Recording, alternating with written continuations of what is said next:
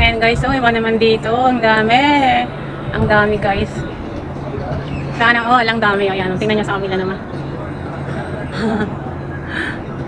Oh my god. My god, malaglag pang CP ko.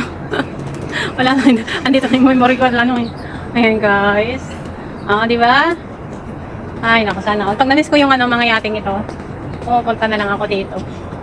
Kasi kahit hindi natin mabili, libre naman tumingin. Nangarap ka. Akala mo naman may talagang may pambili, ano. Ay, naku, ang sarap kasi ng ganyan eh. Parang gusto ko mabuhay sa dagat. Malaglag ang cellphone ko, guys. Ayaw ko, wala akong pambili ng cellphone. Ang tagal-tagal na itong Samsung ko na ito, pati casing niya, sirang-sira na, hindi ko pa binibilhan kasi sabi ko pag malapit na lang ako pa uwi. Wala, may ilang taon ko na dito, 10 years, tanggalin mo. 8 years niya na itong cellphone na ito, guys. Kasi nung 2 years ko lang ako dito, saka ako nakabili. Yung Samsung ko maliit noon, nung sa Lebanon pa. May Redmi ako, pero yun lang yung malaki na ginagamit ko sa Facebook. Pero itong Samsung ko kasi ito talaga ang tagal na, original talaga. Lamang-laman na ang casing, guys, pati itong glass screen niya, pero papalitan ko na lang pag ganyan pala, pauwi na ako. Guys, may tao doon. Siguro dyan sila nagbibenta ng kwan. Oo, nagbibenta sila ng kwan na yun, no? Ang tawag din, yung sapor. Yung ginagamit nila Andy na mag-asawa. Blue Pearl Experience. Ganyan, guys, oh. Nagtitinda sila. Ayan. Grabe, ang dami, oh. Malaglag kasi yung cellphone ko pag kwan. Ang fresh niya dito. May mga tao. Kumusta ang inyong buhay, mga ka-OFW, mga kananan? Ako na ka rin ba ang asang? Isda ba yun? Nalaos? Ay nako. Maraming para na tayong isda ba na nalaosan. Nagutom tuloy ako na gusto tuloy kalunggong. Ay mga sabi ni Dr. Willie, ang dapat daw inuulam na fish, guys, kung may diabetic, guys, yung mga may aliskis. Huwag mo na siya, siguro siksikan na kahit siksikan mo, basta yun daw ang less ng sugar. Pero ako favorite ko pa naman is galanggang. Pero yun daw, guys, so kaya na lang, doon na lang kayo sa bangus, tilapia, o na kayo sa mga walang kaliskis. Sa mga lang yan sa may mga may diabetic. Kasi minsan guys, pag nanonood ako ng mga advice ni Dr. Willie. Parang may share ko rin sa iba, yung mali natin, maya hindi natin naman malayan. Ganyan naman pag may edad na tayo, guys.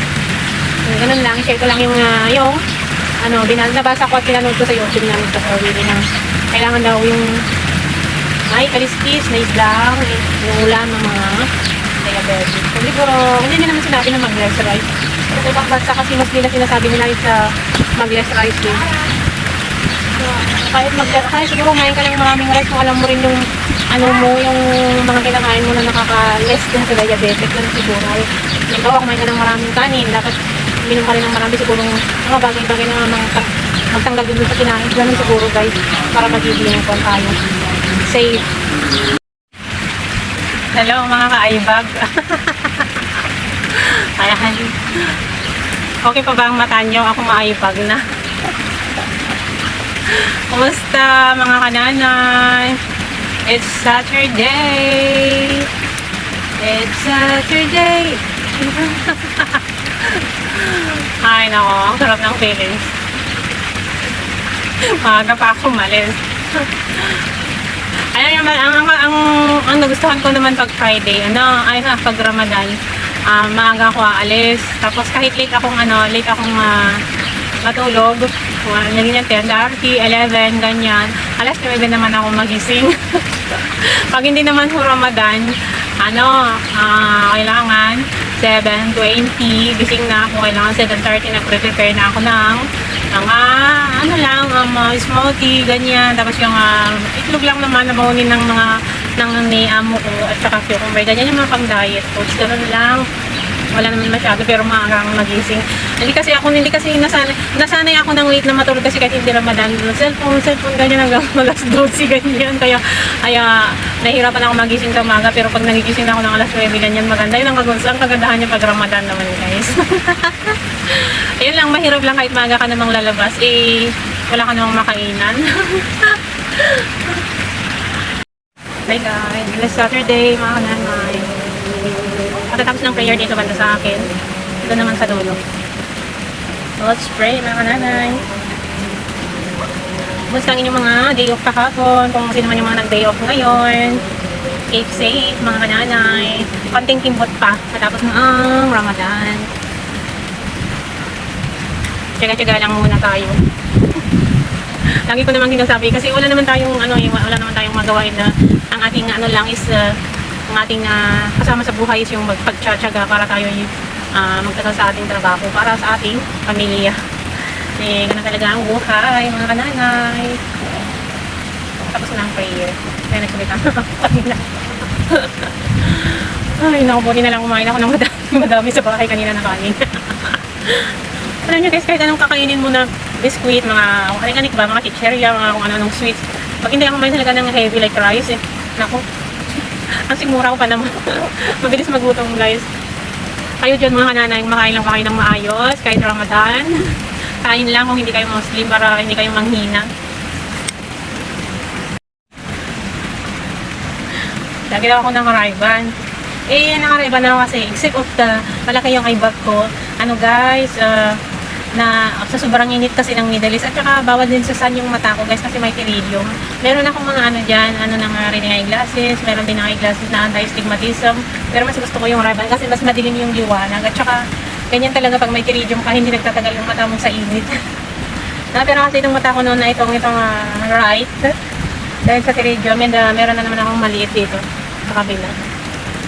Teridium guys. So, okay lang naman. Mas okay naman ang teridium kaysa katara. Pero wala pa rin okay. Basta ay ingatan nyo yung mga mata nyo, mga self nyo, mga kananay para hindi kayo magkaroon ng mga anek-anek.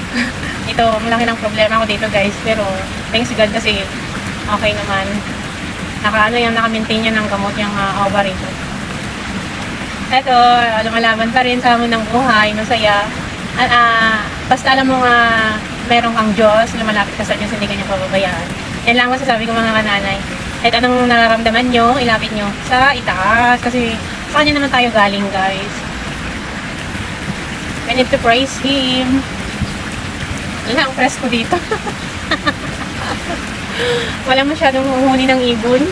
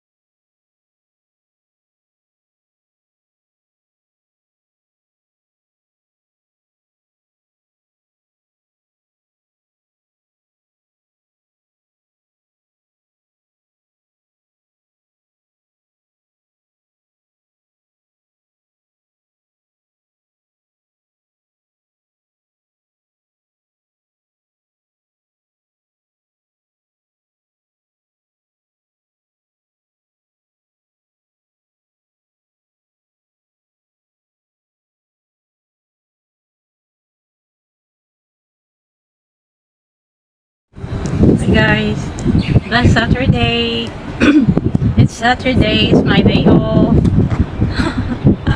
So pag day off ko naman guys, pag ganito na syempre, wala nang masyadong mga kababayan noon. Iniikot-ikot ko na lang yung mga lugar na magaganda dito sa amin, yung mga parts, ganyan. Total maganda naman dito. Ay, saan ka punta ngayon guys, na mall or park or kwan? Talaga, wala ka talagang makainan. So, ayan. Ang fresh naman dito, guys. May mga nakaupo rin sa kabila. Pero later na magsilabas ang mga tao pag 4 p.m. So, mas gusto ko yung ganito. Hindi masyadong maingay. Later pa ako makapunta ng Qatar. Qatar. Namunta na kayo dito, guys, sa The Pearl. Banda sa may pero na kayo, Qatar.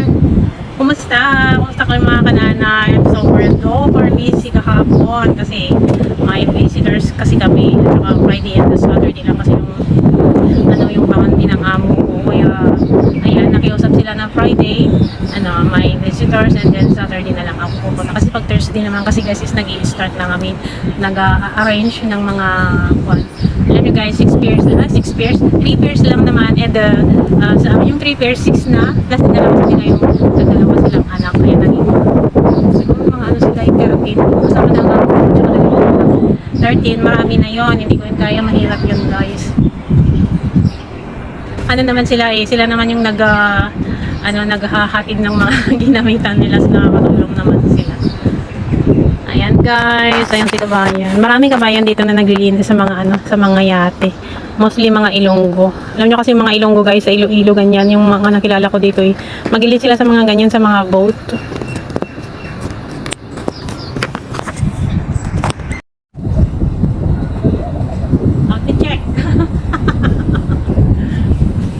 Online shoes. Akin ito, hindi ito galing sa boss ko, hindi siya original. My jeans is H&M. May ako sa H&M guys, pag sale lang. And LV pala, yung nasuot ko palang green is Lucy. Actually, binili ko sa mga anak ko, kaso kasya sa akin. One time ko lang gamitin, nasibigay ko na lang. Ang gusto nilang, ayaw nila di akin pa rin pag payata ko, diba guys? Nakariban ako palagi guys, kasi malaki ng eye bag ko. At saka masyadong ngayon ang init, bawal sa mata ko. Ayan. Nakariban natin na mumurahin lang. I watch. Galing yan sa boss ko. Binigay niya bago mag-Ramadan kasi ang dami niyang pinibigay na trabaho. May gold na mura. Galing kay madam. And this is our lucky bracelet. Yan na 6. Ayan lang. Wala na. And ang bag ko, ganito ngayon ang uso na bag. Although marami naman akong bag na bigay-bigay din at nabili ko kasi mura lang. Ganito ngayon ang uso, binigay ng alaga ko. Ganyan. Ganito ngayon ang uso, nakikita ko yung mga telang tapos madalang ganyan, simple lang guys. Ganun lang.